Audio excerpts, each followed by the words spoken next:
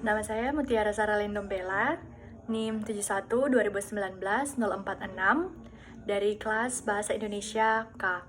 Saat ini saya akan mempresentasikan materi mengenai sejarah filsafat. Selamat menyaksikan. Berbicara tentang filsafat, perkembangan filsafat dan kelahiran filsafat pada awalnya itu tidak dapat dipisahkan dari perkembangan ilmu pengetahuan yang muncul pada masa peradaban kuno atau Yunani kuno. Pada tahun 2000 sebelum Masehi, bangsa Babylon yang hidup di lembah Sungai Nil atau yang ada di Mesir dan Sungai Efrat telah mengenal alat pengukur berat, tabel bilangan berpangkat, tabel perkalian menggunakan 10 jari. Termasuk di dalamnya yaitu piramida yang merupakan salah satu keajaiban dunia itu, ternyata pembuatannya menerapkan geometri dan matematika. Hal ini menunjukkan cara berpikirnya orang pada waktu itu sudah tinggi. Selain daripada itu, mereka pun sudah dapat untuk mengadakan kegiatan pengamatan benda-benda langit, baik itu bintang, bulan, maupun matahari, sehingga dapat meramalkan gerhana bulan ataupun gerhana matahari. Dan ilmu yang kita kenal pada saat ini mengenai hal itu yaitu astronomi. Di India dan di Cina, saat itu telah ditemukan cara pembuatan kertas dan kompas yang adalah sebagai alat penunjuk arah yang sudah dikenal oleh orang-orang yang hidup pada waktu itu. Selanjutnya kita masuk dalam masa Yunani. Nah, dalam periode filsafat Yunani adalah periode yang sangat penting dalam sejarah peradaban manusia, karena saat itu terjadi perubahan pola pikir dari manusia yang awalnya dari mitosentris beralih kepada logosentris. Pola pikir mitosentris ialah pola pikir dari masyarakat yang sangat mengenal mitos untuk menjelaskan fenomena-fenomena alam yang terjadi seperti gempa bumi dan pelangi.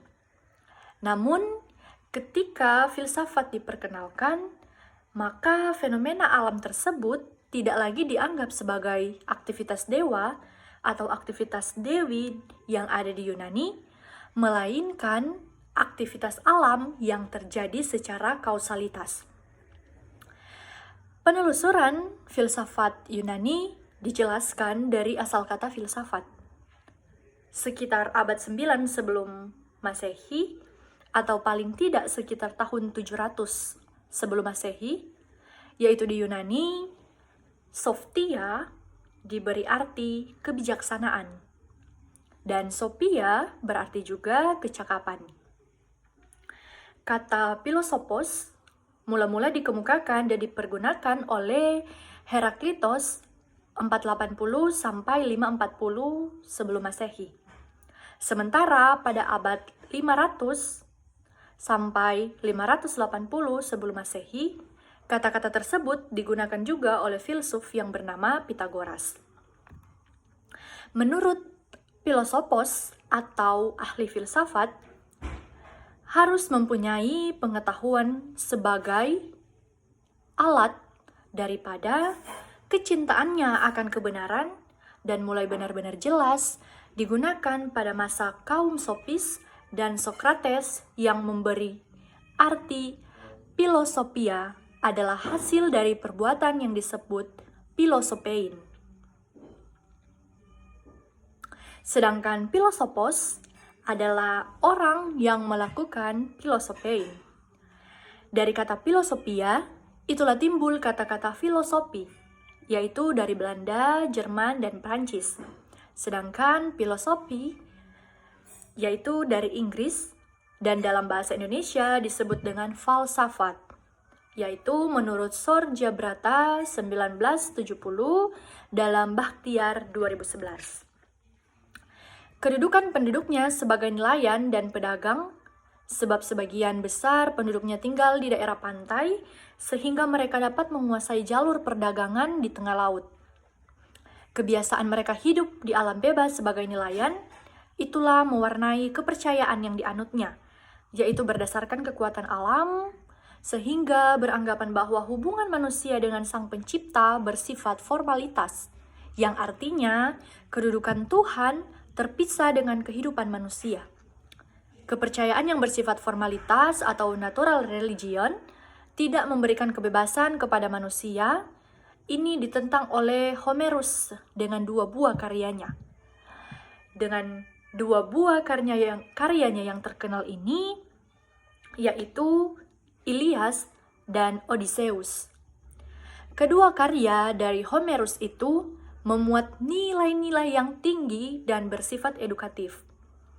Sedemikian besarnya peranan karya Homerus itu, sama kedudukannya seperti wayang purwa di Jawa. Akibatnya, masyarakat lebih kritis dan rasional. Sehingga pada abad ke-6 sebelum Masehi, bermunculan para pemikir yang memiliki kepercayaan sangat bersifat rasional atau cultural religion, menimbulkan pergeseran di dalamnya. Tuhan tidak lagi terpisah dengan manusia, melainkan menyatu dengan kehidupan manusia. Sistem kepercayaan yang natural religius akhirnya berubah menjadi sistem kultural religius. Dalam sistem kepercayaan natural religius ini, manusia terikat oleh tradisionalisme. Sementara dalam sistem kepercayaan kultural religius, memungkinkan manusia mengembangkan potensi dan budayanya dengan bebas, sekaligus dapat mengembangkan pemikirannya untuk menghadapi dan memecahkan berbagai kehidupan alam dengan akal pikiran. Selanjutnya, ahli pikir pertama kali yang muncul adalah Thales, yaitu 625 sampai 545 sebelum Masehi, yang berhasil mengembangkan geometri dan matematika. Lysippos dan Demokritos mengembangkan teori materi. Hippocrates mengembangkan ilmu kedokteran. Euclid mengembangkan geometri edukatif. Socrates mengembangkan teori tentang moral. Plato mengembangkan teori tentang ide. Aristoteles mengembangkan teori tentang dunia dan benda serta hasil mengumpulkan data 500 jenis binatang dalam ilmu biologi. Suatu keberhasilan yang luar biasa dari Aristoteles adalah menemukan sistem pengaturan pemikiran atau logika formal yang sampai saat ini masih sangat terkenal. Para ahli pikir Yunani kuno ini mencoba untuk membuat konsep tentang asal mula alam.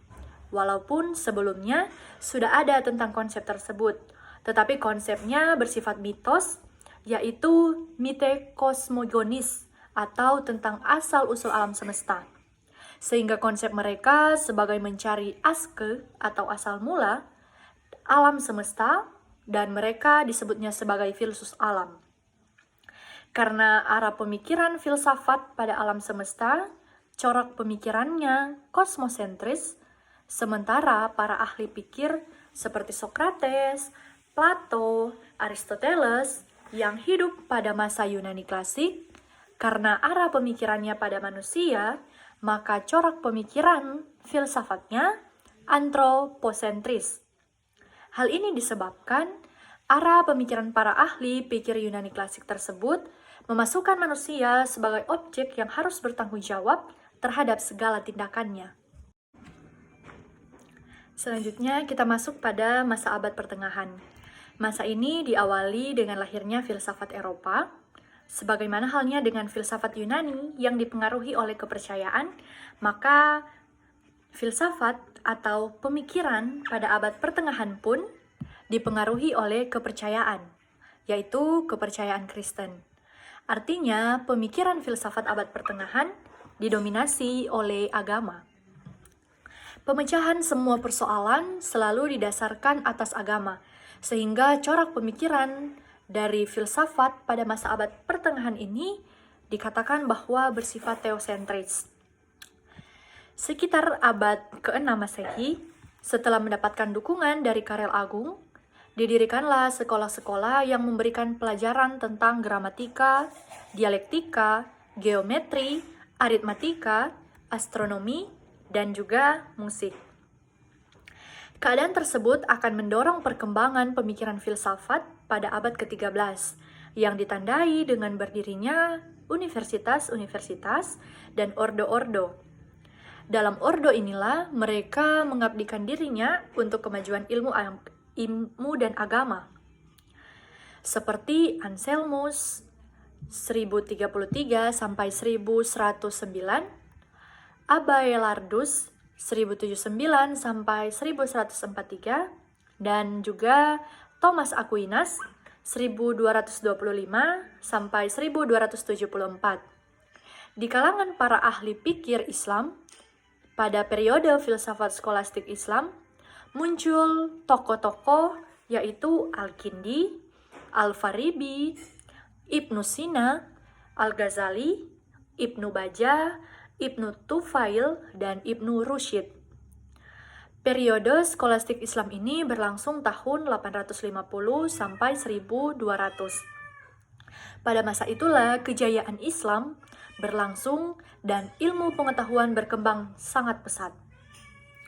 Akan tetapi, setelah jatuhnya kerajaan Islam di Granada pada tahun 1492, mulailah kekuasaan politik Barat menjarah ke timur. Suatu prestasi yang paling besar dalam kegiatan ilmu pengetahuan, terutama dalam bidang filsafat. Di sini, mereka merupakan mata rantai yang mentransfer filsafat Yunani, sebagaimana yang dilakukan oleh sarjana-sarjana Islam di timur pada waktu itu terhadap Eropa dengan menambah pikiran-pikiran Islam di dalamnya. Para filsuf Islam sebagian menganggap bahwa filsafat dari Aristoteles adalah benar. Plato dan Al-Quran adalah benar. Mereka mengadakan perpaduan serta sinkretisme antara agama dan filsafat. Kemudian, pikiran-pikiran ini masuk ke Eropa yang merupakan sumbangan Islam yang paling besar. Yang besar pengaruhnya terhadap ilmu pengetahuan dan pemikiran filsafat, terutama dalam bidang teologi dan ilmu pengetahuan alam. Peralihan dari abad pertengahan ke abad modern dalam sejarah filsafat disebut sebagai masa peralihan atau masa transisi, yaitu muncul Renaissance dan humanisme yang berlangsung pada abad 15 sampai abad 16. Munculnya Renaissance dan humanisme yang mengawali masa abad modern. Mulai zaman modern ini, peranan ilmu alam kodrat sangat menonjol, sehingga akhirnya pemikiran filsafat semakin dianggap sebagai pelayan dari teologi, yaitu sebagai suatu sarana untuk menetapkan kebenaran-kebenaran mengenai Tuhan yang dapat dicapai oleh akal manusia. Selanjutnya, kita masuk dalam masa abad modern. Dalam masa abad modern ini, pemikiran filsafat berhasil menempatkan manusia pada tempat yang sentral dalam pandangan kehidupan, sehingga corak pemikiran dari masa abad modern ini yaitu antroposentris. Pemikiran filsafat mendasarkan pada akal pikir dan pengalaman. Sebelumnya telah dikemukakan bahwa munculnya Renaissance dan humanisme sebagai awal abad modern, di mana para ahli atau para filsuf menjadi pelopor perkembangan filsafat, sehingga pemikiran filsafat masa modern ini berusaha meletakkan dasar-dasar bagi metodologis ilmiah. Pemikiran filsafat diupayakan lebih bersifat praktis, yang artinya pemikiran filsafat diarahkan pada upaya manusia agar dapat menguasai lingkungan dengan menggunakan berbagai penemuan ilmiah. Karena semakin besarnya orang menggunakan metode induksi atau eksperimental dalam berbagai penelitian, maka akan berdampak perkembangan pemikiran filsafat mulai tertinggal oleh perkembangan ilmu-ilmu alam kodrat atau natural science. Menurut René Descartes, 1596 sampai 1650, yang adalah sebagai bapak filsafat modern, yang berhasil melahirkan suatu konsep dari perpaduan antara metode ilmu alam dan ilmu pasti ke dalam pemikiran filsafat.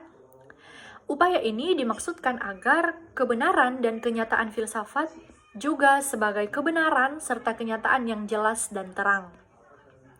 Pada abad ke-18, perkembangan pemikiran filsafat mengarah pada filsafat ilmu pengetahuan, di mana pemikiran filsafat diisi dengan upaya manusia, bagaimana cara atau sarana apa yang dipakai untuk mencari kebenaran dan kenyataan. Ada beberapa tokoh di dalamnya, termasuk David Hume, 1711 sampai 1776. Di Jerman muncul Christian Wolff, 1679 sampai 1754, dan Immanuel Kant, 1724 sampai 1804, yang mengupayakan agar filsafat menjadi ilmu pengetahuan yang pasti dan berguna, yaitu dengan cara membentuk pengertian-pengertian yang jelas dan bukti yang kuat. Dan pada abad ke-19, perkembangan pemikiran filsafat terpecah belah. Pemikiran filsafat pada saat itu telah mampu membentuk suatu kepribadian tiap-tiap bangsa dengan pengertian dan caranya sendiri. Ada filsafat Amerika, filsafat Prancis, filsafat Inggris, dan filsafat Jerman. Tokoh-tokohnya adalah Hegel, Karl Marx, Auguste Comte, James Mill, John Dewey, dan akhirnya dengan munculnya pemikiran filsafat yang bermacam-macam ini, berakibat tidak terdapat lagi pemikiran filsafat yang mendominasi. Giliran selanjutnya, lahirlah filsafat kontemporer. Selanjutnya kita masuk dalam filsafat kontemporer atau filsafat dewasa ini. Filsafat kontemporer ada pada abad 20 yang merupakan ciri khas pemikiran. Filsafat kontemporer adalah desentralisasi manusia, karena pemikiran filsafat abad ke-20 ini memberikan perhatian yang khusus pada bidang bahasa dan etika sosial. Dalam bidang bahasa terdapat pokok-pokok masalah, arti kata-kata, dan arti pernyataan-pernyataan. Masalah ini muncul karena realitas saat ini banyak bermunculan berbagai istilah, di mana cara pemaknaannya atau cara pemakaiannya sering tidak dipikirkan secara mendalam, sehingga menimbulkan tafsir yang berbeda-beda, atau multitafsir, atau bermakna ganda. Oleh karena itu, timbullah filsafat analitika yang di dalamnya membahas tentang cara berpikir untuk mengatur pemakaian kata-kata atau istilah-istilah yang menimbulkan kerancuan, sekaligus dapat menunjukkan bahaya-bahaya yang terdapat di dalamnya. Karena bahasa sebagai objek terpenting dalam pemikiran filsafat, sehingga para ahli berpikir menyebut sebagai logosentris. Dalam bidang etika sosial, memuat pokok-pokok masalah apakah yang hendak kita perbuat di dalam masyarakat dewasa ini. Kemudian, pada paruh pertama abad 20, timbul aliran-aliran kefilsafatan seperti neotomisme, neokantianisme, neo-hegelianisme, kritika ilmu, historisme, irasionalisme, neovitalisme, spiritualisme, dan neopositivisme. Aliran-aliran tersebut sampai sekarang hanya sedikit yang masih bertahan. Sementara pada akhir abad ke-20, muncul aliran kefilsafatan yang lebih dapat memberikan corak pemikiran, yaitu filsafat analitik, filsafat eksistensi, strukturalisme, dan kritikan sosial. Selanjutnya, apa sih manfaat dari belajar filsafat? Pada umumnya, belajar filsafat itu menjadikan manusia lebih bijaksana, yang di dalamnya bijaksana ini berarti manusia memahami pemikiran yang ada dari sisi mana pemikiran itu disimpulkan, memahami dan menerima sesuatu yang ada dari sisi mana keadaan itu ada.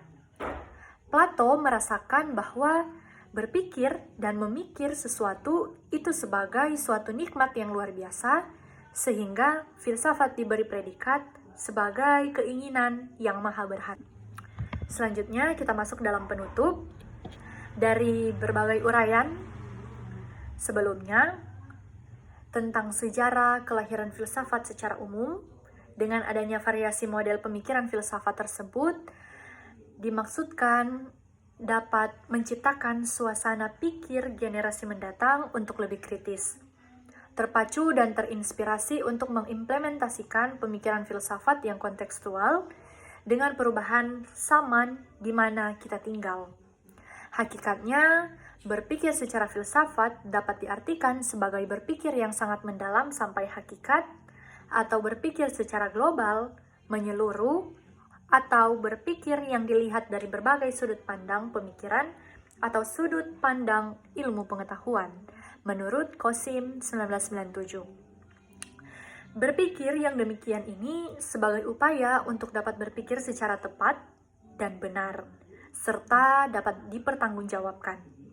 Dengan memahami konsep ini yang mendasari sejarah kelahiran masing-masing pemikiran filsafat, diharapkan dapat menjadikannya sebagai pandangan hidup, sebagai penjelmaan manusia secara total dan sentral sesuai dengan hakikat manusia sebagai makhluk monodualisme, atau manusia yang secara kodratnya terdiri atas jiwa dan juga raga. Demikianlah presentasi dari saya.